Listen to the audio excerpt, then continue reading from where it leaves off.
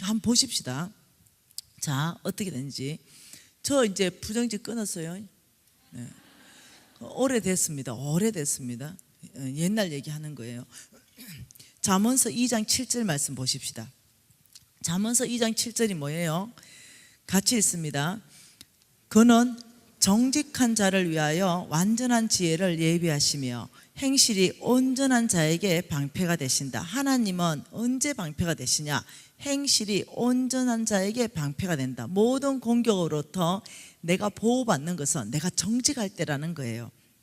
11장 1절도 한번 읽어보십시다. 11장 1절 같이 한번 읽어볼게요. 속이는 저울은 여호와께서 미워하시나 공평한 추는 그가 기뻐하시느니라. 6절요. 정직한 자의 공의는 자기를 건지리나와 사악한 자는 자기 악에 잡힌다. 계속 정직에 대해서 말하고 있죠. 자, 15장 19절도 읽어볼까요? 게으른 자의 길은 가시 울타리 같으나 정직한 자의 길이 또 대로이다. 자, 16장 8절도 읽어볼까요? 같이 읽습니다. 적은 소득이 공의를 겸하면 많은 소득이 불의를 겸하는 것보다 낫다. 11절요. 공평한 저울과 접시 저울은 여호와의 것이요 주머니 속의 저울추도 다 그가 지으신 것이다. 20장 10절요. 한결같이 않는 저울추와 한결같이 않는 대는 다 여호와께서 미워하신다. 21장 5절은요. 라스트입니다. 같이 읽어볼까요?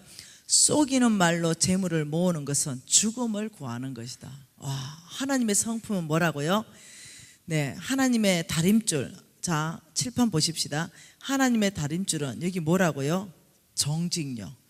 근데 저는요, 말씀의 기반으로 제 삶에, 이거는 뭐냐면 열매를 말하는 겁니다. 열매. 내 삶의 열매. 내 삶을 말하는 거예요.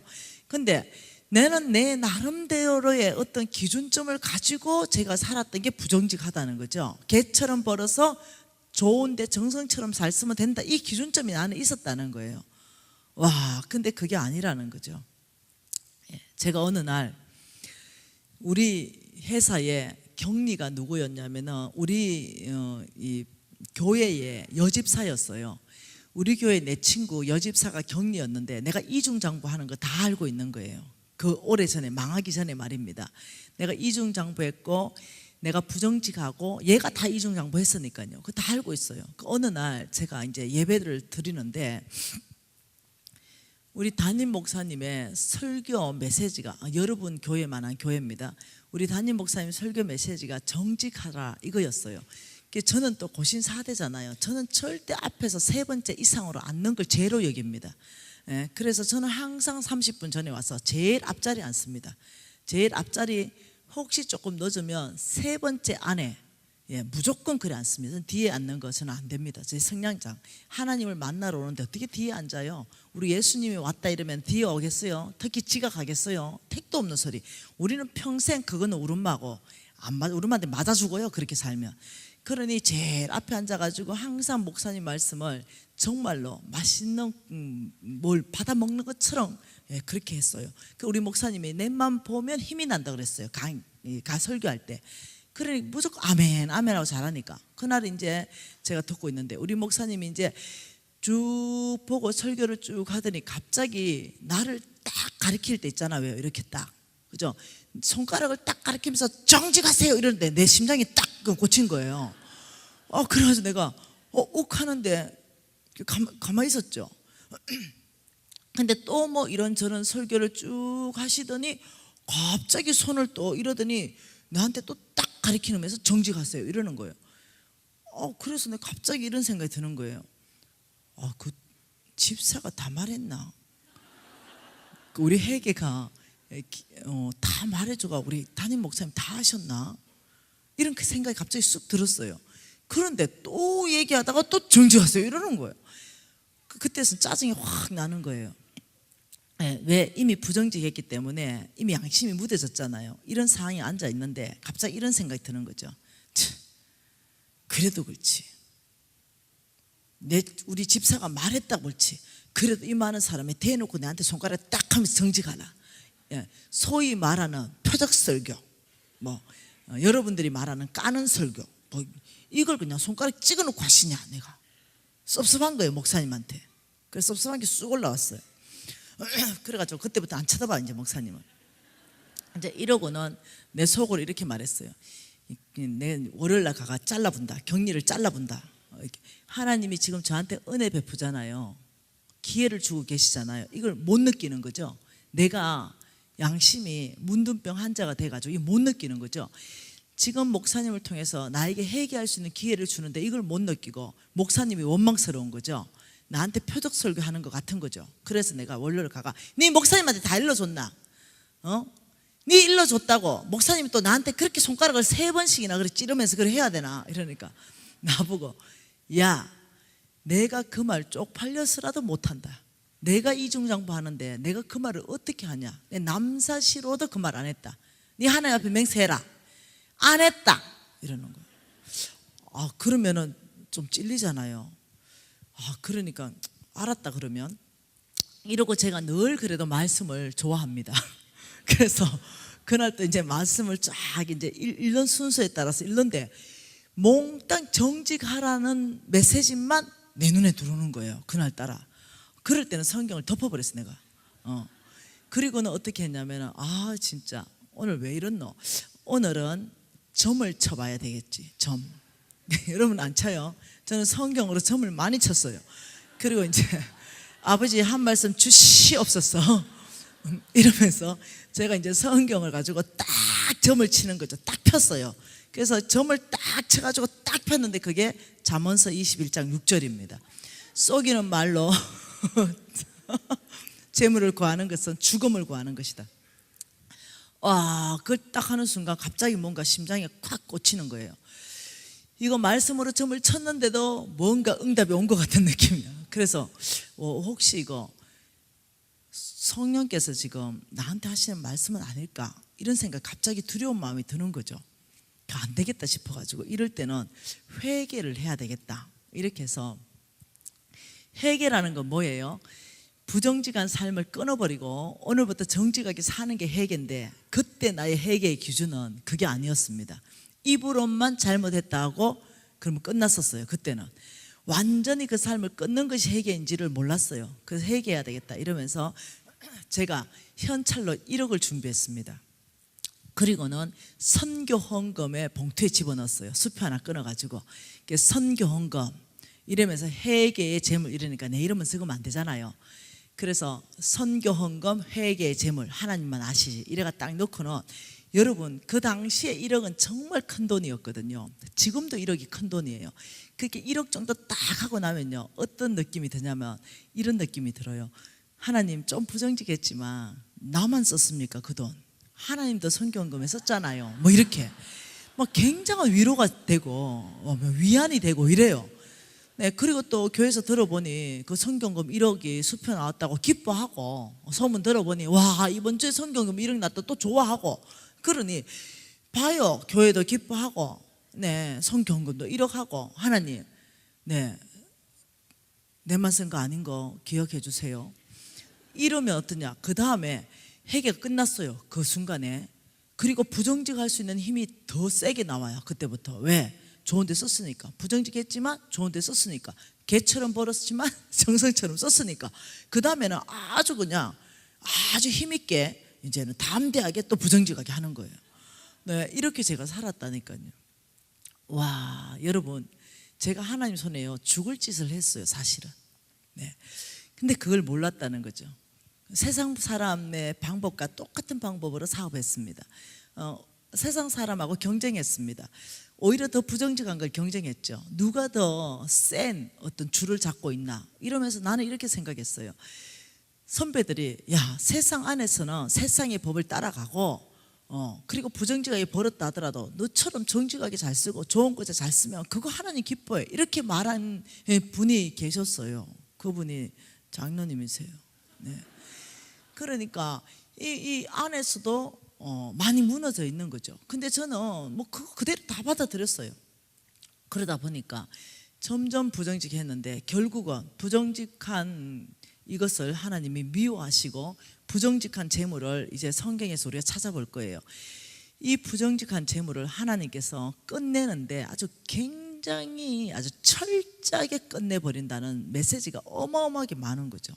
좀 무시무시할 정도로 많더라고요. 제가 그렇게 죽을 짓을 했는 거죠. 처음에는 이 부정직하게 이거 안 되겠다 이래가지고 이거를 제가 뺐어요. 이 벽돌 하나를 빼고 다시 이 하나님 말씀에 이렇게 벽돌을 이렇게 놨죠. 그런데 이 벽돌 하나 놔도 안 돼. 왜? 여기가 안 맞고 여기가 안 맞고 아구가 여기가 안 맞는 거죠. 올라가지가 않아. 나는 그때 이미 내가 어떤 사람이라는 걸 다 깨닫고 이제는 제가 아브라함의 씨로 거듭나고 정말 정직하게 살기로 고백하고 온 땅에 하나님 나라를 성취하는 사람으로 제가 서기를 원하는데 이거 한두 개 빼가지고는 세울 수가 없는 거죠. 다시 말하면 나는 내 삶의 열매를 100청, 1000청 이렇게 올리고 싶은데 기초공사가 안 되는 거예요. 이 기초가 100층을 못 올라가요. 무너져 버리니까 이 기초가 올라가지를 못하는 거죠. 여러분, 기초라는 게 뭡니까? 이 기초공사에서부터 안 되는 거죠. 기초는 이거죠. 이 밑에죠. 이 밑에가 기초공사죠. 이 기초공사가 견고해야 뭐가 생깁니까? 100층이 올라가고 200층이 올라가죠. 근데 기초공사는 이게 뭐냐면 하나님의 말씀이에요. 이 하나님의 말씀으로 정말 견고하게 삶을 살아내야 그래야 이게 100층으로 1000층을 올라갈 건데 나는 자꾸 행동만 교정하려고 그러는 거예요. 행동. 부정직했던 거 그것만 딱 교정하려고 그러고 이런 그 하나님 그게 아니라 너의 전 삶의 전 영역 그 중심, 이거 기초는 뭐냐면 마음입니다. 마음.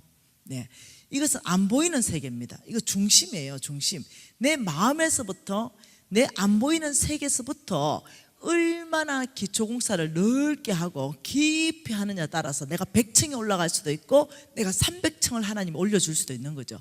그러니까 얼마나 내가 안 보이는 세계, 내 생각, 내 마음, 내 세계관, 내 삶의 원칙, 내 가치관, 내 목적의식 이 자체가 정말 하나님의 것으로 정말 바뀌는 이 내 중심, 하나님 보기 옳다는 이 중심으로 바꾸는 것이 이게 더 빠른 방법이었던 거죠. 저는 이 중심은 여전히 돈을 따라가고 여전히 만몬으로 장악된 상태에 있으면서도 끊임없이 나는 행동을 교정하러 가다 보니 몇 년을 허송세월을 보낸 거예요. 그리고 이 벽돌만 이거 해가지고 안 되더라고요. 그러니 또 무너지고 또 무너지고. 그래서 하나님의 말씀의 다림줄을 들고 그의 백성 옆에 서보니 내가 삐뚤삐뚤하니 내가 이제 어느 날 결정을 했어요. 어떤 결정을 했냐면 이거 뭐 벽돌배가 되는 게 아니다. 내 삶의 다른 다림줄, 하나님의 말씀의 다림줄이 아닌 다른 다림줄. 여러분, 포스트 모더니즘 이거 많이 쓰죠. 그게 뭐냐면요, 절대 가치는 없다, 절대 기준이 없다, 이 뜻이에요. 왜 없습니까? 절대 기준은 하나님의 말씀입니다. 절대 가치도 하나님 말씀이죠. 그런데 쏘가버린다는 거죠. 그래서 제가 이렇게 했어요. 폭파하기로 결정합니다. 내 모든 잘못 쌓아졌던 모든 걸 아예 다 허물어 버리고 아예 기초공사하기로 제가 어느 날 결정했습니다. 나는 신앙을 지금 처음 다시 나는 지금부터 신앙생활하는 첫날 내 고신사대 다 버렸어요. 나 성경 250도 읽은 거 다 버렸습니다. 나는 정말 신앙생활을 잘 하지 못한 사람을 내가 주님 앞에 인정하면서 아버지, 내가 오늘 처음 예수 믿은 것처럼 제가 내 마음 전체 안에 다 허물어 버리고 다시 살겠습니다. 이러기를 제가 10년을 삽니다. 그러면서 저는 이제는 굉장히 내 중심과 내 사고관과 내 가치관과 삶의 목적의식과 내 세계관 안에 하나님의 말씀의 다림줄을 견고해졌죠. 기초를 넓게 팠죠. 왜? 높이 올라가려고. 그리고 깊이 팠죠. 저는 많은 시간 안에 저는 내 중심을 바꾸기 위한 모든 시간을 다 투자했습니다. 왜요? 하나님은 중심에 관심이 있으니까요. 한번 봐볼까요? 자, 우리가 이 말씀 한번 기억해 보십시다. 디모데전서 6장 10절, 이 말씀은 이거죠. 돈을 사랑함이 일만하게 뿌리가 되나니 너희가 이것을 탐내는 자마다 믿음에서 떠난다 그랬죠. 자, 보십시오. 자, 지금 이게 나무 뿌리죠.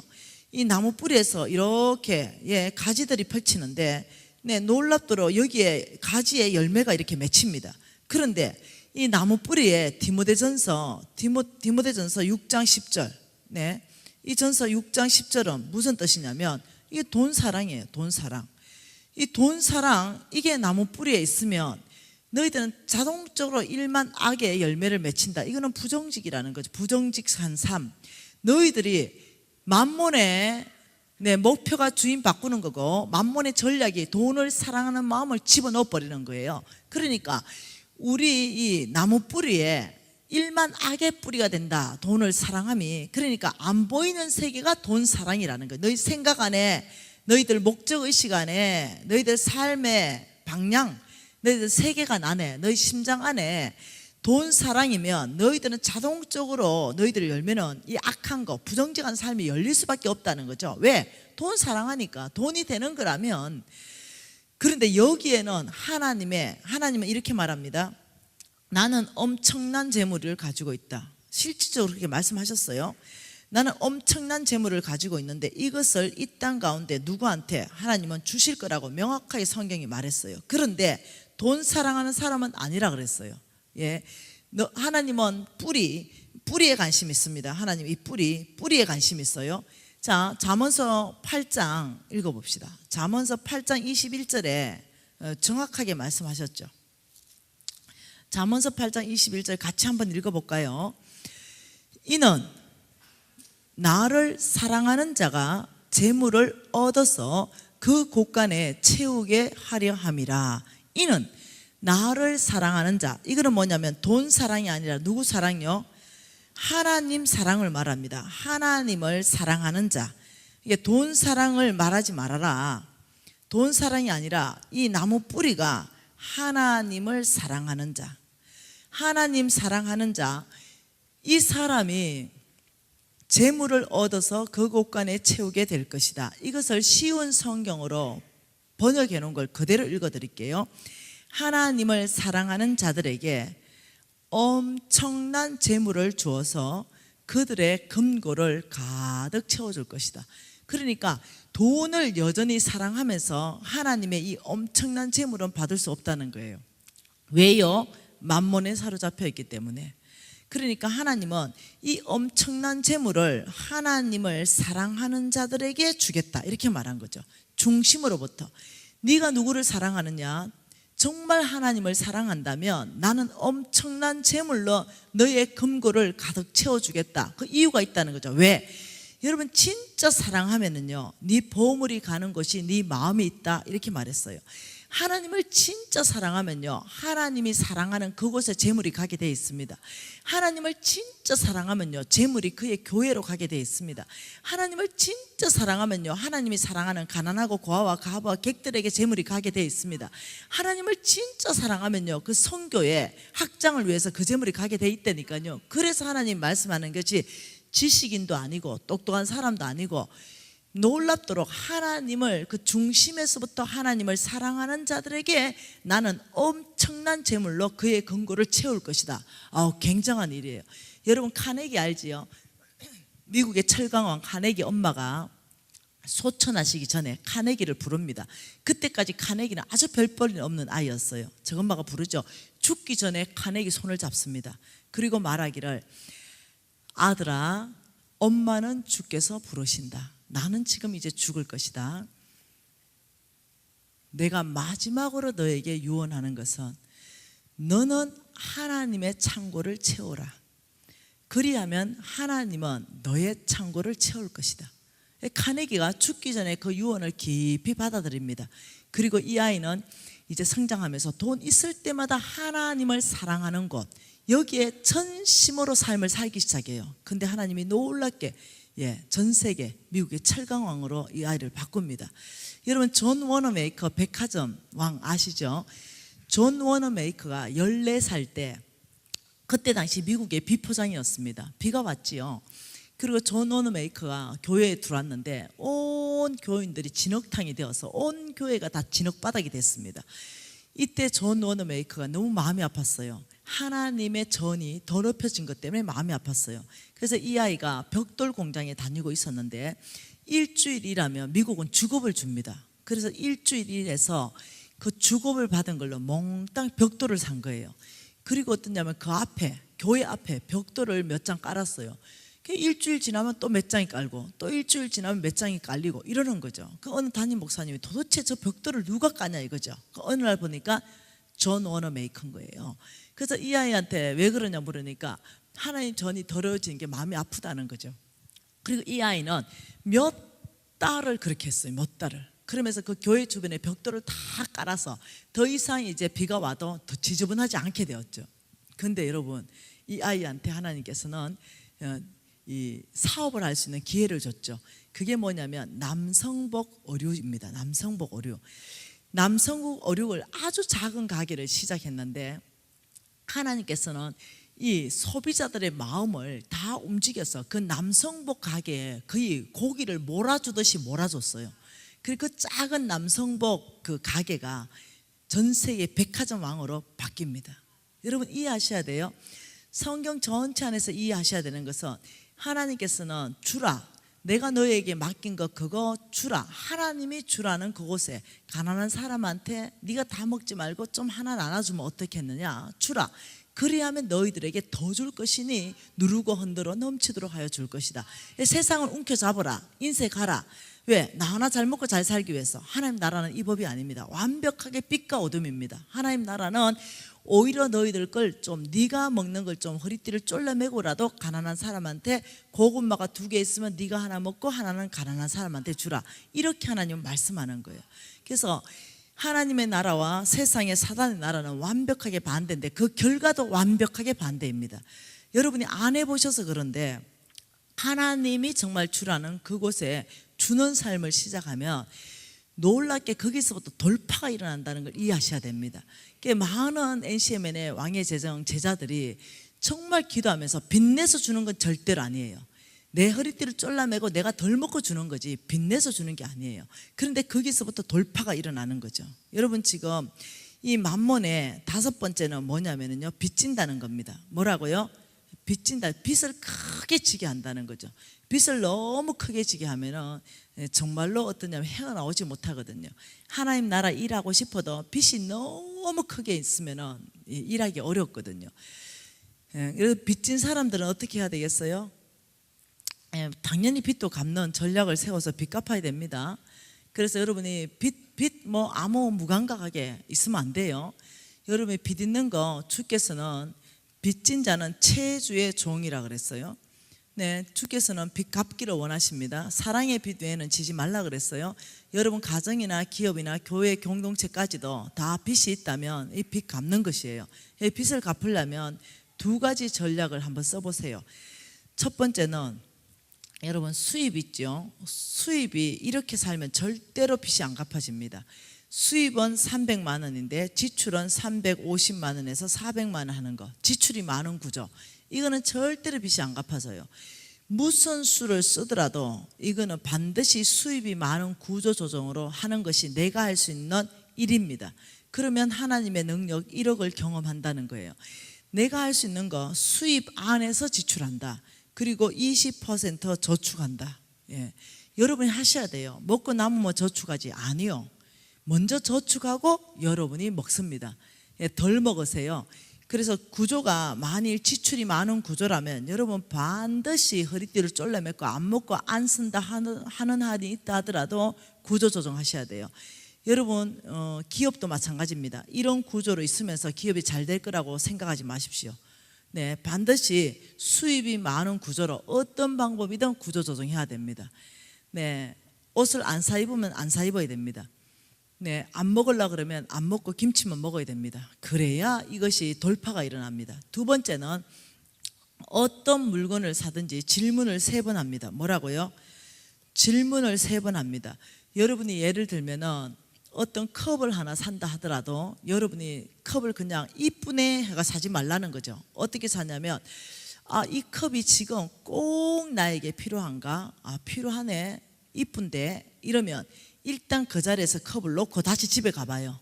네, 집에 갔다가 다시 또 그 컵 사러 가요. 또 컵 보고 이 컵이 진짜 나에게 꼭 필요하나?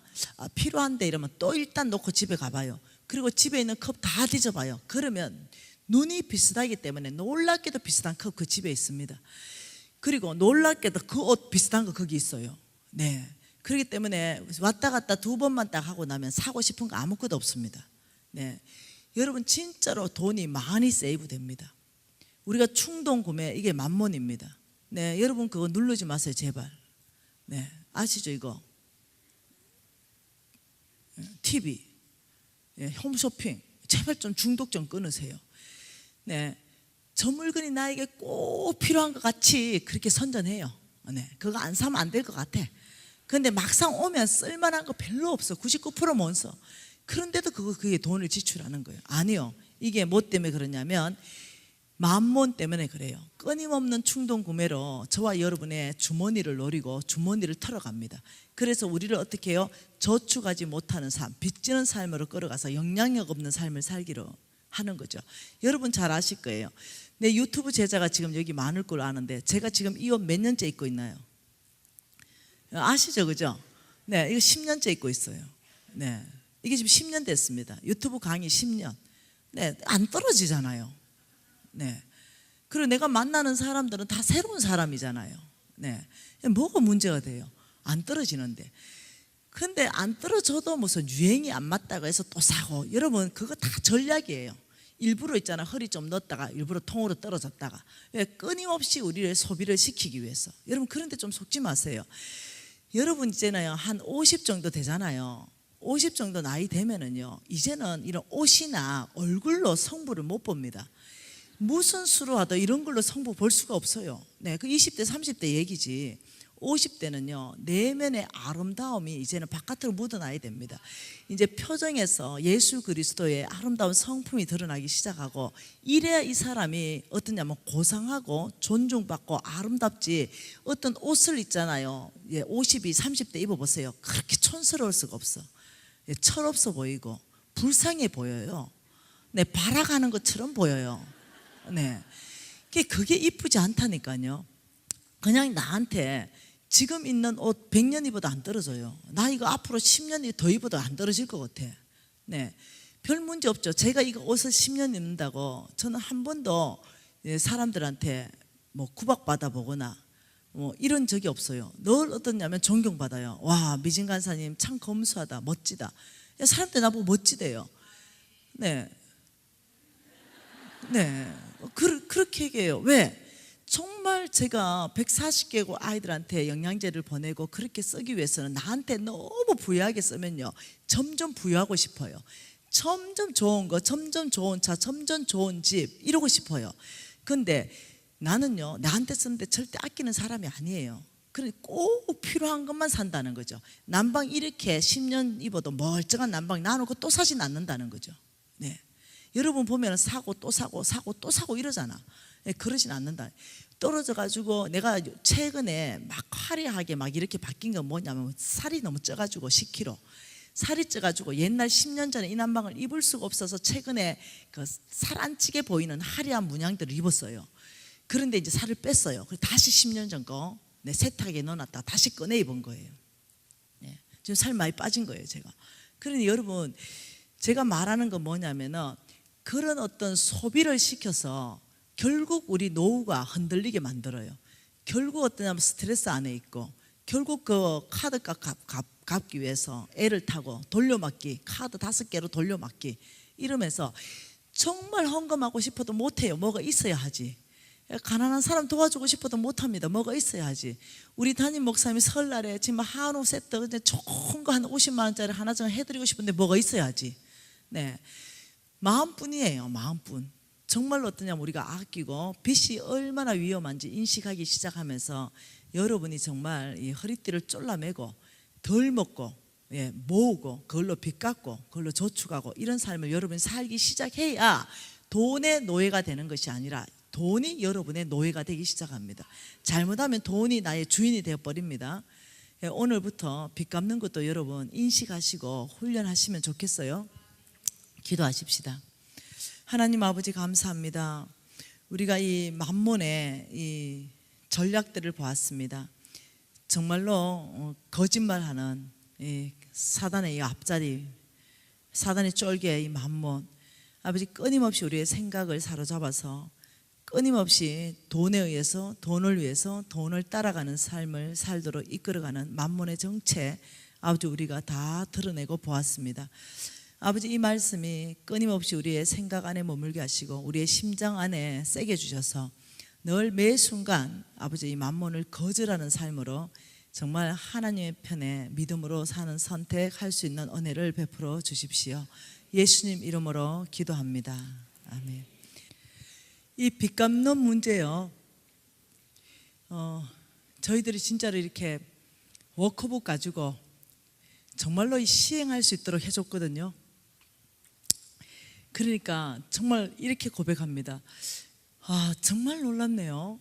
우리 남편하고 저하고 다 수입이 월 500밖에 안 되는데 매달 빚이 갚는 것이 700입니다. 이해됩니까? 안 되는 일이 발생하죠.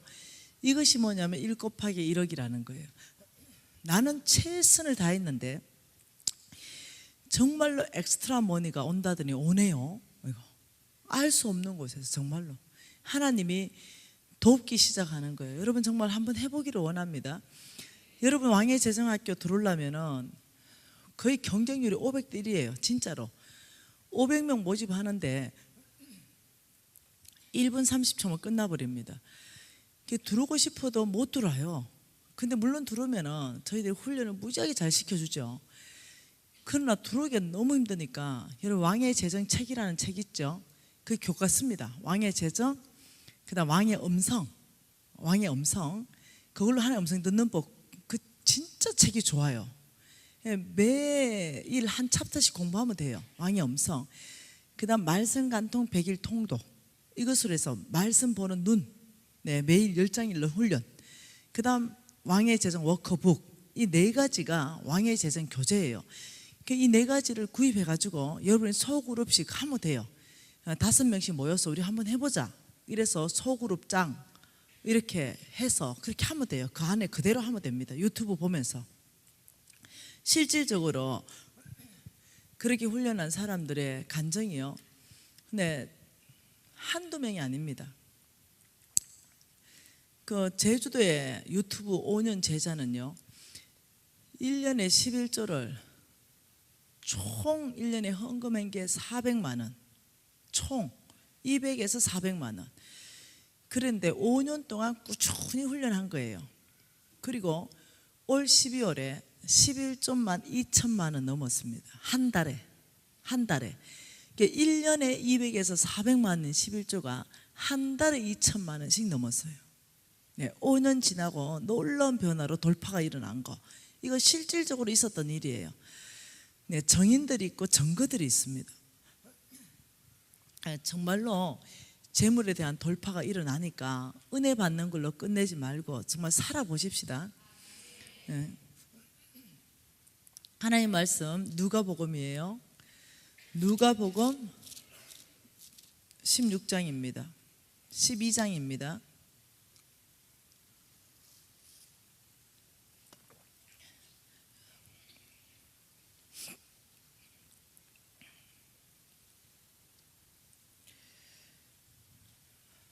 이렇게 했죠. 하나님께서 여기 누구를 불러요? 성부. 누구요? 성부. 하나님께서는 성부 아브라함, 이 성부를 하나님께서 축복하십니다. 그리고 하나님께서는 온 땅에 누가 나가 있냐면 성빈들이 나가 있습니다. 하나님 부르신 주의 종들 온 땅에 나가 있고, 이 사람들한테 하나님이 명령한 그 모든 프로젝트는 다 돈과 연결되어 있습니다. 이 돈을 하나님은 이쪽으로 돈을 주는 게 아니라는 거예요. 이쪽으로 주는 게 아니에요. 하나님은 이쪽으로 복을 주시는 거예요. 이쪽으로 복을 주시고 이 사람들이 성빈들을 주게 하는 거예요. 하나님의 계획입니다. 그런데 성빈들은 부르심이죠. 하나님이 부르는 부르심. 그러면 성부도 부르심인가? 어떻게 생각합니까? 이 성부도 하나님이 부르는 부르심인가? 아니라는 거예요. 이 성부는 하나님 부르는 부르심이 아니라 나의 삶의 선택입니다. 내가 선택할 수 있습니다. 그러니 얼마나 좋습니까? 성빈들은 콕 찍어서 부르잖아요. 곡 찍어서 네 성빈 이러잖아요. 그게 성빈 되고 싶어도 뭐 하나님께서 부르시니까. 그런데 이 성부만큼은 하나님이 곡 찍어서 성부로 부르시는 것이 아니라 이것은 너의 선택이다. 너가 성부로 살든지 너가 성부로 살지 않든지 그건 네가 선택해라. 이러니까 너무 좋은 거죠. 그래서 그 시점이, 성부로 선택하는 그 시점이 어떤 시점이냐면, 하나님께서는 성경에 보니까 내 창고를 꽉 채우고 이 창고의 재물을 넘치게 하는 그런 시점이 있더라는 거예요. 이 넘치는 재물, 이거 어떻게 하고 싶은 거예요? 이거 여러분 창고가 꽉 차고 넘쳐요. 그럼 이거 어떻게 하시고 싶으세요? 이 봐라, 대답 안 하는 거. 이제까지 내가 여기까지 오면서 계속 가르쳤잖아요. 여러분의 창고가 꽉 차고 이게 넘쳐요. 그렇죠. 흘러보내요. 누구에게요? 그렇죠. 성빈들에게 흘러보내면 돼요. 그러면 성빈들 알아서 잘 할 거예요. 그의 교회에 흘러보내면 됩니다. 선교지에 흘러보내면 되죠. 하늘나라 프로젝트 흘러보내면 됩니다. 가난한 사람한테 흘러보내면 되죠. 신실한 단체에 또 흘러보내면 되죠. 가장 좋은 건 뭡니까? 내가 섬기는 그 교회와 함께 하나님 나라 확장하는 거 가장 좋습니다. 그러니 넘칠 때 그냥 그의 교회에 흘러보내면 되는 거예요. 그런데 그렇지 않다는 거죠. 한번 볼까요? 하나님 말씀, 자 16절 같이 읽겠습니다. 16절. 또 비유로 그들에게 말하여 이르시되, 한 부자가 그 밭에 소출이 풍성함에 심중에 생각하여 이르되, 내가 곡식 쌓아둘 곳이 없으니 어찌할까? 한 부자가 있었는데요, 그 부자에는 밭에 소출이 풍성한 거, 이거는 주님의 영역입니다. 씨를 뿌리는 건 내가 하지만은 그 밭에 30배, 60배, 100배, 10,000배 이렇게 열매 맺게 하는 것은 주님의 소관입니다. 하나님의 영역이에요. 그러니까 하나님께서 그 밭의 소출을 무지하게 풍성하게 축복하신 거예요. 그러니까 이 사람이 말이 내 심중에 내 마음 안에 생각하게 하기를, 와, 곡식 쌓아둘 곳이 없다. 어떡하지? 너무 풍성하게 하신 거죠. 창고마다 꽉 찬 거예요. 창고마다 더 창고가 없어요. 이게 뭐냐면 창고가 넘칠 때예요. 내가 필요한 것보다 훨씬 많이 들어올 때, 이게 창고가 넘치는 거예요. 내가 빚이 다 갚아질 때 창고가 넘치는 거죠. 내가 쓰는 건 예를 들면 1,000만 원인데 막 1억씩 들어올 때, 이게 창고가 넘치는 거죠. 이때 우리는 이미 답을 보았습니다. 성빈들 주면 되고 그의 교회에 줘서 하나님 나라의 사역에 들으면 되는데, 이 사람이 선택 어찌할까 하다가 18, 19절 두 절 있습니다. 또 이르되 내가 이렇게 하리라, 내 곡간을 헐고 더 크게 짓고 내 모든 곡식과 물건을 거기에 쌓아두리라. 아유, 선택했어요. 내 곡간을 헐어버리고, 이거 지금 너무 작다, 내 창고 너무 작으니 내 창고를 부셔버리고, 이 사람 선택은 나는 이만한 큰 창고를 짓겠다. 그 큰 창고를 지어서 뭐라고 하냐면 19절에 또 내가 내 영혼에게 이르되, 영혼아, 여러 해 쓸 물건을 많이 쌓아두었으니 평안히 쉬고 먹고 마시고 즐거워하자. 그러니까 작은 창고 부셔버리고 남 주는 것이 아니라 내 큰 창고를 다 짓고는 내 혼자 여러 해 동안 나는 내 혼자 평안히 먹고 마시고 즐거워하는 삶, 이걸 나는 선택한다, 이렇게 말한 거예요. 그러니까 이 삶 자체를 뭐라고 하나님 말씀하냐면, 이거는 속부이다, 이렇게 말해요. 그러면서 하나님께서 속부의 정의를 말합니다. 20절 21절 같이 읽습니다. 하나님은 이러시되, 어리석은 자야, 오늘 밤에 내 영혼을 도로 찾으리니 그러면 내 준비한 것이 누구의 것이 되겠느냐 하셨으니, 자기를 위하여 재물을 쌓아두고 하나님께 대하여 부요하지 못한 자가 이와 같으니라. 속부의 첫 번째 정의가 뭐냐면, 하나님께는 인색하면서 자기에게는 뭐라고요? 아주 부요한 삶, 이렇게 사는 거예요. 하나님께서 야, 하나님이 이르시되 너 어리석은 사람아, 이 속부야, 너 만일 오늘 밤에 내 영혼을 도로 찾는다, 오늘 밤에 너가 만일 죽는다면 네가 준비한 이 큰 창고 여기에 꽉 찬 이거 누구 거 되니? 라고 질문하시고는, 이렇게 큰 창고 짓는 사람은 놀랍게도 하나님께는 부여하지 못하고 자기를 위하여만 재물을 쌓는 자가 이런 속부이다. 속부의 정의를 지금 말씀해 주시는 거예요. 이것을 오늘날 버전으로 바꿔보면 이런 거죠. 하나님이 10억 주면 아파트 하나 사고, 또 10억 주면 아파트 사고, 또 10억 주면 아파트 사고, 또 10억 주면 땅 사고. 왜 그러니? 이러니까 하나는 내가 하고, 하나는 아들 주고, 하나는 딸하고, 하나는 노후 대책하고, 계속 나만을 위해서 쌓고 또 쌓고, 또 주면 빌딩 사고. 네, 그의 교회를 위해서나 하나님 나라를 위해서는 관심 없음. 오직 나만을 위해서. 이것이 사실 큰 창고 짓는 모습이거든요. 그러면서 하나님께서, 야, 박권사, 만일 너 지금 이렇게 아파트 3채, 4채, 5채 이렇게 사는데 박권사 네가 만일 죽는다면 이 아파트 너만을 위해서 사는 거 이거 누구 거 되냐? 지금 이 질문하고 똑같은 질문이에요.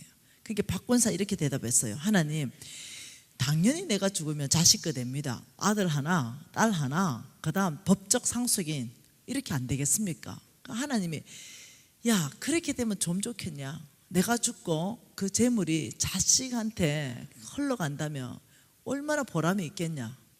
근데 그렇게 안 된다는 게 문제인 거예요. 한번 보십시다. 오늘 심각하게 한번 보십시다. 욥기 말씀이에요. 욥기 27장 말씀 한번 봐보십시오.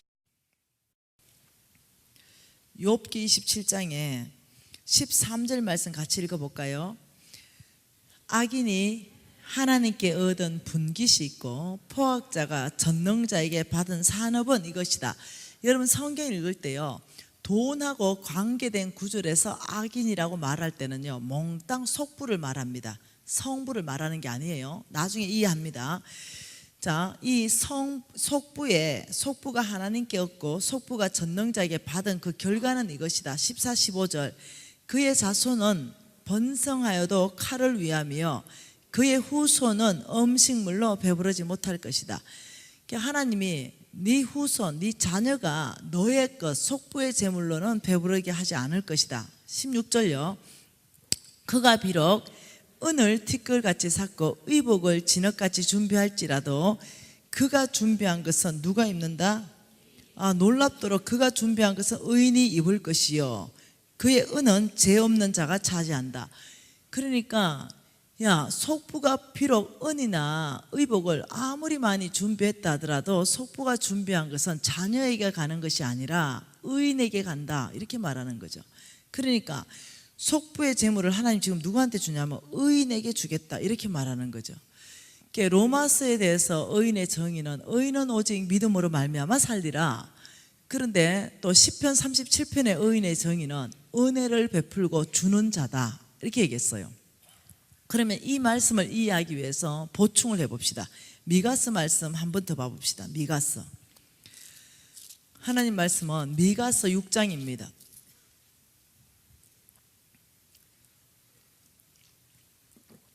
자, 미가서 6장 10절, 11절, 12절, 석절 말씀 같이 한번 읽어볼게요. 악인의 집에 아직도 불의한 재물이 있느냐? 축소시킨 가증한 에바가 있느냐? 만일 부정한 저울을 썼거나 주머니에 거짓 저울추를 두었으면 깨끗하겠느냐? 그 부자들은 누구를 말해요? 10절 악인을 말합니다. 그 부자들은 성부가 아니에요. 속부를 말합니다. 그 속부들은 강포가 가득하고 그 주민들은 거짓말을 하고 그 혀는 입에서 거짓되다. 그러니까 악인들, 속부들의 두 번째 정확한 특징이 뭐냐면 부정직한 삶입니다. 부정직. 이 부정직한 삶을 통해 가지고 그는 불의한 재물을 좋아하고 그는 가증한 에바, 대화 사이즈를 속인다는 거예요. 그는 부정한 저울을 좋아하고 거짓 저울추를 좋아하고 그는 입에서부터 거짓말을 일삼는다는 거죠. 무엇 때문에요? 이 부정직한 삶이 돈 때문에요. 이렇게 사는 사람은 속부인데, 자, 앞에 보면서 속부의 정의를 한번 다시 보십시다. 속부는 뭐라고요? 하나님께 인색하고 자기에게 부여한 사람. 두 번째는요, 부정직한 사람. 하나님께 인색하고 자기에게 부여하고 부정직한 사람을 속부라 그랬는데, 그런데 그러므로 13절에 그러므로 이거는 항상 결과입니다. 속부임으로, 너희가 속부임으로 속부의 결과에 대해서 주께서는 엄중하게 말씀합니다. 그 첫 번째가 뭡니까? 그러므로 나도 너를 쳐서 병들게 하였으며 내 죄로 말미암아 너를 황폐하게 한다. 첫째 결과를, 내가 너에게 병을 보낼 것이다. 자, 두 번째는요, 14절부터 읽어볼게요. 내가 먹어도 배부르지 못하고 항상 속이 비일 것이며 내가 감추어도 보존되지 못하고 보존된 것은 내가 칼에 붙일 것이며 내가 씨를 뿌려도 추수하지 못할 것이며 감람열매를 밟아도 기름을 내 몸에 바르지 못할 것이며 포도를 밟아도 술을 마시지 못하리라. 그러니까 두 번째는, 그러므로 너는 먹어서 절대 배부르지 못하게 내가 할 것이고 네가 감추어 놓고 보존된 것까지도 내가 칼에 다 붙여버리고 너 씨 뿌려도 추수 못하고 너 기름도 못 바르고 술도 못 마신다. 두 번째는 재물을 끝내겠다, 이렇게 말하는 거예요. 하나님 지금 위험한 말씀합니다. 지금 너의 재물을 내가 다 대적하겠다. 이게 속부에 대한 결과를 말씀합니다. 왜 그럴까요? 질문이 있습니다. 속부는 하나님께 인색하고 아주 부정직한 돈을 위해서, 돈이 주인인 사람인데 왜 이런 무시무시한 결과를 줄까요? 여러분이 항상 하나님께서는요, 이해되지 않은 말을 하실 때 여러분이 항상 생각해야 되는 것이, 하나님은 사랑이시라. 우리가 이해되든 이해되지 않든 하나님의 사랑이기 때문에 이런 결과를 우리한테 줄 것이다. 이걸 그냥 무조건 믿어야 됩니다. 그러면 66절에 보면은 그 이유를 설명하고 있습니다. 이렇게 설명하죠. 너희가 오므리의 율례와 아합의 집의 모든 예법을 지키고 그들의 전통을 따라가니 내가 너희를 황폐하게 하였다. 너희가 오므리의 율례, 여러분 아합 왕의 아버지가 오므리입니다. 아합의 부인이 이사벨입니다. 그러니까 오므리의 율례와 아합의 집의 모든 예법과 전통을 따라간다. 이사벨이 섬겼던 신은 바알 신입니다. 바알은 원래 농업의 신입니다. 원래 그 뜻이 뭐냐면 만몬 신입니다. 그러니까 오므리의 율례와 아합의 집의 모든 예법과 전통을 따라가는 삶을 사니 내가 너희를 이 두 가지로 황폐하게 하였다. 이 말은 너희들의 주인이 바뀌어 있으니, 너희들이 오직 만몬을 따라가니, 너희들이 우상 숭배하니 하나님이 뭐라 그랬어요? 사사기 말씀에 항상 압제자의 손에 붙이고 너를 고통스럽게 한다. 그래야 정신 차리고 돌아오거든요. 네. 이것이 뭐냐면, 왜 하나님이 병을 보내고 재물을 끝내냐면 너희들이 정신이 없다는 거예요. 주인이 바뀌어 있는데도 모른다는 거죠. 너희들이 실질적으로 너희들의 주인은 만몬인데 오므리 집의 예법과 전통, 하나님의 예법과 전통을 지키는 것이 아니라 그 만몬을 섬기는 그 오므리 집의 예법과 전통을 지키는데 너희들은 그것도 모르고 교회는 나오되 그것도 모르고 주인이 바뀌어 있는데도 모르고 그냥 산다는 거예요. 그런데 한번 보십시다. 왜 그런지 조금 더 봐보십시다. 마가복음 보십시다. 마가복음 11장. 마가복음 10장에 뭐라고 합니까? 예, 부자 청년 이야기, 여러분 잘 아시는 이야기입니다. 이 부자 청년이, 자 17절에 이렇게 말합니다. 마가복음 10장 17절에 예수께서 길에 가실새 한 사람이 달려와서 꿇어앉아 묻자오되 선한 선생님이여 내가 무엇을 하여야 영생을 얻으리까? 이 사람이 진짜로 가고 싶은 건 영생, 다시 말하면 천국입니다. 이것을 누구한테 질문했냐면 예수께 질문했습니다. 그래서 예수님의 대답은 율법을 하셨죠. 살인, 간음, 도둑질, 거짓 증언, 속여 빼앗지 말고 대모벌을 공경하라. 천국 가는데 예수님의 대답이, 이것은 대답이 아니라는 거죠. 이 친구가 잘한 것을 칭찬을 먼저 해준 거죠. 그러니까 이 친구가 선생님 이거 내가 어려서부터 다 지켰나이다 이렇게 대답했어요. 적어도 저와 여러분보다 탁월한 청년입니다. 잘 살았던 청년이에요. 어려서부터 다 지킨 청년이에요. 그러니까 21절에 예수께서 그를 보시고 사랑하사 진짜 대답을 해줬는데 너 있는 것을 팔아서 가난한 자한테 주라 이랬어요. 그러니까 너 있는 걸 팔아서 가난한 자한테 주란 말은 돈을 건드린 거죠. 이 청년의 재물을 건든 거예요. 자, 질문 있습니다. 이 청년은 영생, 천국에 대해서 질문했는데 너 있는 걸 팔아서 가난한 자한테 주라는 답을 주셨어요. 이것이 천국에 갈 수 있는 답이 맞나요? 아니라는 거죠. 여러분, 천국은 오직 예수를 믿는 믿음으로 갑니다. 오직 예수의 피로 가는 거예요. 그런데 천국 영생을 어떻게 갑니까? 이러니까 너 있는 걸 팔아서 가난한 자한테 주라, 이 말을 왜 하셨냐면 창세기 3장 사건을 일으킨 거라는 거예요. 여러분, 창세기 3장 사건에 하나님이 따먹지 마라, 그런데 사탄이 따먹어라. 하나님은 따먹으면 정령 죽을 것이다, 사탄은 따먹으면 눈이 밝아져서 하나님처럼 될 것이다, 이랬어요. 그러니까 따먹어 버렸어요. 로마서 6장 16절 말씀에 이렇게 말했습니다. 너희가 누구의 말에 순종함을 받으면 그 순종함을 받는 자의 종이 되는 줄 알지 못하느냐. 이 말은 하나님의 말씀을 들으면 하나님의 종이요, 사탄의 말을 들으면 사탄의 종이다, 이 말이에요. 그런데 우리가 사단의 종노릇 했다, 이렇게 말하죠. 그걸 따먹었다는 거죠. 사탄의 말을 듣고 사탄에게 권위를 다 내어주고 따먹었다는 거죠. 그래서 사탄의 종이 되었기 때문에 죽을 수밖에 없고, 그래서 예수 그리스도가 그 피를 흘림으로 우리의 모든 죄를 사할 수밖에 없었다는 거죠. 지금 이 사건은 창세기 3장 사건이에요. 우리의 삶 안에서는 매 순간 창세기 3장 사건은 일어난다는 거예요. 끝난 사건이 아니라는 거죠. 지금 예수님께서 이렇게 말했어요. 너 있는 것을 팔아서 가난한 자한테 주라, 이렇게 말하니까 이 청년 진짜 안에 있는 주인이 드러났죠. 만몬이 주인이죠.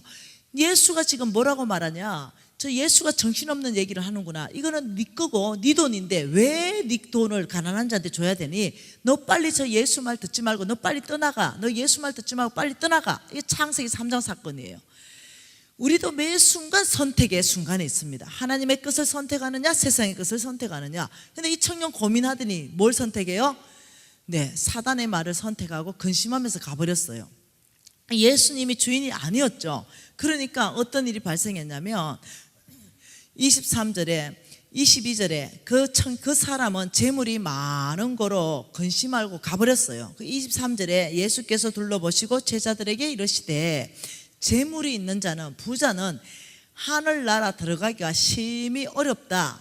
25절 같이 읽습니다. 낙타가 바늘기로 나가는 것이 부자가 하늘나라 들어가는 것보다 쉽다. 이때 이 부자는요, 속부를 말하는 거예요. 성부를 말하는 것이 아니라 간다는 거예요, 못 간다는 거예요. 지금 속부가 천국 간다고 말하지 마세요. 갈 수 있는 유일한 길은 회개하고 돌이키는 길이라고 말하는 거죠. 속부가 하늘나라 가는 것이 낙타가 바늘기 나가는 것보다 어렵다는 것은 속부의 주인이 주님이 아니라는 거예요. 속부의 주인은 이미 만몬이고, 이미 내가 이렇게 했죠. 주여 주여 주여. 아니, 나는 도대체 모르겠다. 주여 주여 하는 자마다 다 천국에 못 온다, 이렇게 했어요. 주여 하는 자가 뭐겠어요? 교회는 나왔겠죠.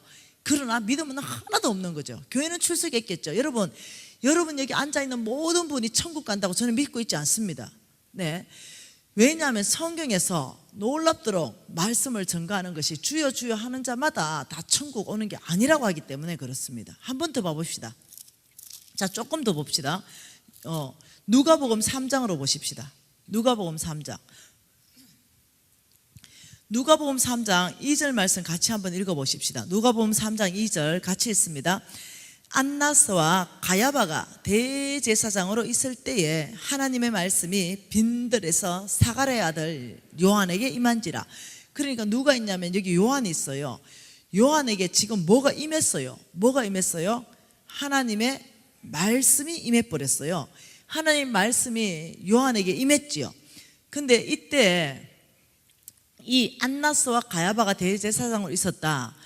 지금 이거는 시대적 배경 안에서 티베르스 황제 15년 동안 통치할 때 팔레스타인이 세 개 지역으로 나눠졌고 분봉왕이 있고, 그때 그 대제사장 이름이 안나스와 가야바라는 거예요. 굉장히 정치적으로 아부하고 혼란할 때고, 대제사장들도 대제사장의 역할을 잘 못하고 타락할 때입니다.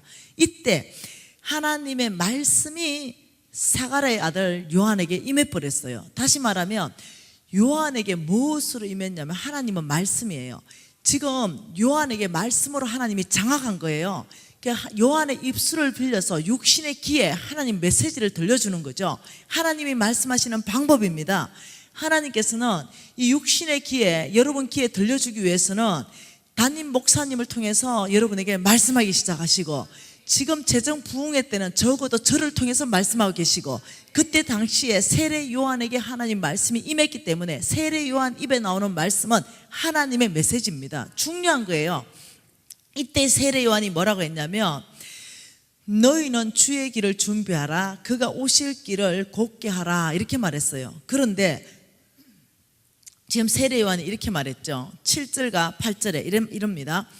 요한이 세례를 받으러 나오는 무리에게 이르되, 독사의 자식들아, 누가 너희에게 일러 장철 진노를 피하라고 하더냐? 그러므로 회개에 합당한 열매를 맺어라. 와, 이 말을 바꿔놓으면 이겁니다. 지금 이 성경이 기록된 것은 오늘날 저와 여러분에게도 동일하게 하시는 말씀이에요. 이 말씀은 나에게 세례 요한을 통해서 하시는 말씀이고 여러분에게도 하시는 말씀이에요. 그 말이 뭐냐면, 독사의 자식들아, 누가 너에게 일러 장철 진노, 이거 지옥입니다. 지옥을 피하라고 하더냐? 지옥을 피하려면 회개에 합당한 열매를 맺고 살아라, 이렇게 말한 거죠. 이걸 역으로 바꿔놓으면 이겁니다. 회개에 합당한 열매를 맺고 장철 진노, 지옥을 피하라, 이 독사의 자식들아, 이렇게 얘기한 거예요. 그러니까 지옥에 대해서 말하는 거예요. 장철 진노. 그러니까 이 메시지가 얼마나 강했는지, 불특정한 다수 무리들과 세리들도 그리고 군인들이 막 찾아왔어요. 그러면서 와가지고 막 세례 요한에게 와가 질문하기 시작합니다. 그게 10절이죠. 무리가 물어 이르되, 그러면 우리가 무엇을 하리이까? 이 말은 뭡니까? 세례 요한이시여, 장철 진노를 피하려면 우리가 어떤 회개에 합당한 열매를 맺고 살아야 됩니까? 이 말이죠.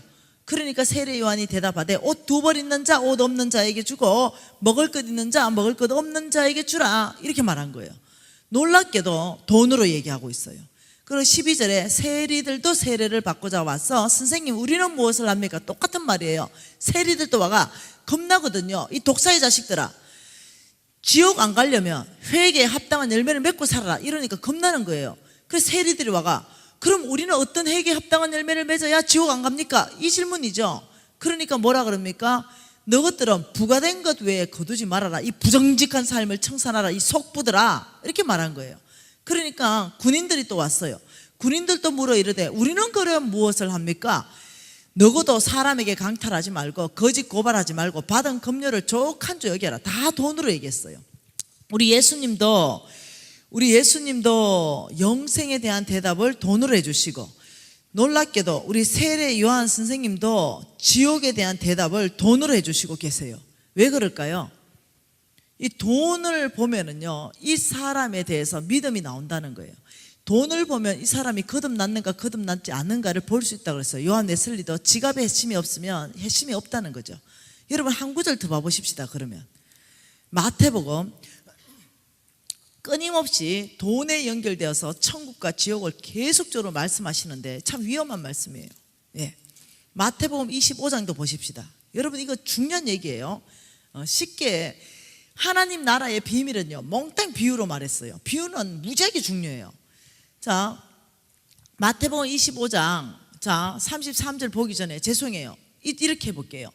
지금 저를 중심으로 이쪽으로 쫙 갈라가지고 이쪽 오른쪽에 있는 사람, 오늘 천국 갈 양무리. 목사님 죄송해요. 이쪽을 딱 잘라가지고 이쪽에 오늘 지옥 갈 염소무리. 이게 그날의 알곡과 쭉정이를 가리십니다. 그날 분명히 이런 일, 너 오른쪽 너 왼쪽 이렇게 하나님 하시는데 한번 보자는 거죠. 33절 같이 읽어볼게요. 양은 그 오른편에 염소는 왼편에 두리라. 같이 읽습니다. 그때 이 임금이 그 오른편에 있는 자들에게 이르시되, 내 아버지께 복받은 자들이야, 나와 창세로부터 너희를 위하여 예비된 나라를 상속받아라. 창세로부터 너희를 위하여 예비된 나라는 천국입니다. 천국 영생, 이거 상속받아라. 그 이유 한 들어볼까요? 같이 읽어볼까요? 내가 줄일 때 너희가 먹을 것을 주었고 목마를 때 마시게 하였고 나그네 되었을 때 영접하였고 헐 벗었을 때 옷을 입혔고 병 들었을 때 돌보았고 옥에 갇혔을 때 와보았다. 몽땅 돈입니다. 돈을 어떻게 썼냐 이 말입니다. 그러면서 이 어인들이 언제 우리가 주님을 그래 대접했나요? 기억이 없어요. 이러니까 40절에 내 형제 중에 지극히 작은 자 하나에게 한 것은 곧 나에게 한 거란다. 이렇게 얘기했어요. 순종하는 삶을 살았다는 거죠. 가난한 자한테 주라고 말씀하신 그 말씀에 응답하고 믿음으로 살았다는 거예요. 여러분 진짜 뭐 병들고 나그네 되고 옥에 갇힌 사람 돌보면 그 자체 가지고 천국 갑니까? 그 얘기가 아니에요. 네 주인이 누구냐 이 얘기예요. 그러면서 왼편에 있는 자들에게 이르시되 야 저주받은 자들이야, 나를 떠나고 마귀와 그 사자들을 위한 영원한 불 지옥에나 가버려라. 이렇게 얘기해요. 왼쪽 어때요? 기분이 상당히 어려워요. 근데 그 이유를 줄일 때, 내가 목마를 때, 내가 나그네 되었을 때, 헐벗었을 때, 병 들었을 때, 옥에 갇혔을 때 너희들은 나를 돌봐주지 않았지? 이렇게 말했어요. 그러니까 이 왼쪽 사람들이 우리가 언제 안 돌봐줬습니까? 이러니까 45절에 하시는 말씀이 이 지극히 작은 자 하나에게 하지 않은 것이 곧 나에게 하지 않은 거야. 이렇게 말했어요. 40절 같이 읽습니다. 46절 그들은 영벌에 지옥에 의인은 영생 천국에 들어가니라. 여러분 놀랍더군요. 돈, 재물을 어떻게 쓰느냐에 따라 가지고 성경은 끊임없이 천국과 지옥에 대한 비유를 계속하고 있다는 거죠. 그거는 무슨 말이겠어요? 너의 참 주인이 하나님이냐 만몬이냐, 네가 진짜 믿음으로 사느냐 아니면 네 주인이 완전히 바뀌어있는 만몬이 너의 주인이냐, 그걸 끊임없이 말하고 있다는 거죠. 한 구절 더 봐보십시다. 누가복음 16절 16장입니다. 자, 누가복음 16장에 부자와 거지 이야기가 나옵니다. 19절이죠. 한 부자가 있어서 자색 옷과 고운 베옷을 입고 날마다 호화롭게 즐기더라. 그런데 나사로라 이름하는 한 거지가 헌데투성이로 그의 대문에 앞에 버려졌다. 버려졌다는 건 뭡니까? 안 돌봤다는 거예요. 네. 그러니 이 두 사람이 죽었어요. 그래서 부자도 죽어서 장사되고, 그런데 한 부자는 음부에 지옥에 들어가고, 네, 거지 나사로는 아브라함 품에 있었어요. 그러면서 이 음부가 얼마나 뜨겁고 얼마나 고통스러운지, 네, 이 거지가 음부에서 아브라함에게 긍휼히 여겨주십시오, 나사로를 좀 여기 보내줘서 그 손가락에 물 한 방울 물을 찍어서 내 혀를 좀 서늘하게 해주십시오. 내가 너무나 고통스럽습니다. 여러분 지옥 있습니다. 정말로 불타는 지옥이 있어요. 무슨 사랑인 하나님이 그런 걸 만들어 놨겠나 이러지 마십시오. 그냥 성경을 읽는 그대로 믿으십시오. 있어요. 만들어 놨습니다. 그러니 아브라함이 이르되 너는 살았을 때 좋은 걸 받았고 너는 살았을 때 좋은 것으로 다 너만 배불렸지 나사로는 고난을 받았다. 이러면서 무슨 말 했냐면 26절에 야 지옥과 천국 사이에는 큰 구렁텅이가 놓여 있어서 여기서 너희에게 건너가지도 못하고 네가 우리에게 건너오지도 못한다. 이렇게 얘기하니 이 부자 있었던 사람이 너무 고통스러워서 그러면 아브라함이요 그 나사로를 내 육신의 아버지 집에 좀 보내주십시오. 그 육신의 아버지 집에 형제 5놈이 있는데 그들에게 좀 이 진짜 지옥이 있다는 걸 얘기 좀 하고 회개하고 돌이켜서 착하게 살게 좀 정은 좀 해주십시오. 이 고통받는 곳에 오지 않게끔 좀 해주세요. 이렇게 얘기하니까 아브라함이 이르되 그들에게는 모세와 선지자들이 있으니 그들에게 들으라 이래 말하니 그것도 이 부자가 지옥에서 아닙니다. 죽은 자가 다시 살아나서 말해야 그들이 회개할 겁니다. 그러니까 이르되 아브라함이 모세와 선지자에게 듣지 아니하면 죽은 자 가운데서 살아나도 건함을 받지 않는다. 아 얼마나 악독한지. 네, 이 말은 무슨 말이냐면 이미 말씀 안에서부터 그리고 말씀 사역자들로부터 그 말씀을 듣고 회개하지 않는 놈들은 죽은 사람이 살아나서 내가 지옥 갔다 왔다 네 회개해를 안 듣는다는 거죠. 회개하는 자는 말씀 안에서부터 회개하고, 말씀 선포하는 이 말씀 사역자들의 말씀을 들으면서 하나님의 말씀으로 받으면서 회개한다는 거예요.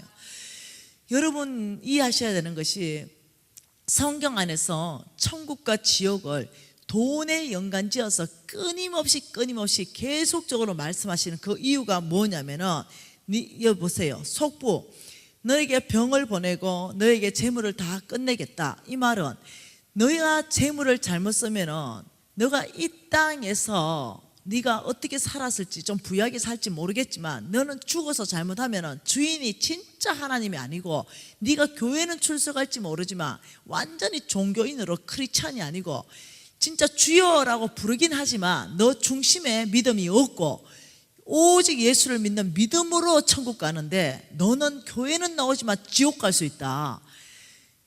그러니 내가 너에게 병을 보내고 내가 너의 재물을 다 취해서 가져가면 너는 그때는 내 앞으로 돌아온다는 거예요. 여러분 사람이 이 정도 돼야 돌아옵니다. 제가요 성경 말씀을 얼마나 많이 읽었겠어요. 얼마나 우리 엄마 진짜 괜찮은 분이거든요. 평생을 노숙자 사역하면서 우리 엄마는 사람들을 섬겼고 평생 진실하게 살았죠. 오죽하면 홍성근 목사님이 노벨상 후보감이라고 말할 정도로 진실하게 살았습니다. 그러니 얼마나 우리 어머니 기도 때문에 나에게 하나님이 기회를 많이 줬겠어요. 회개하고 돌이킬 수 있는 기회. 근데 안 돌이켰어요. 네, 오히려 거역하고 오히려 무시하고 오히려 돈으로 떼우려고 그러고 성경금 하면서 더 부정직하게 하고, 그걸 못 끄는 거죠. 돌이키지 않았던 거죠.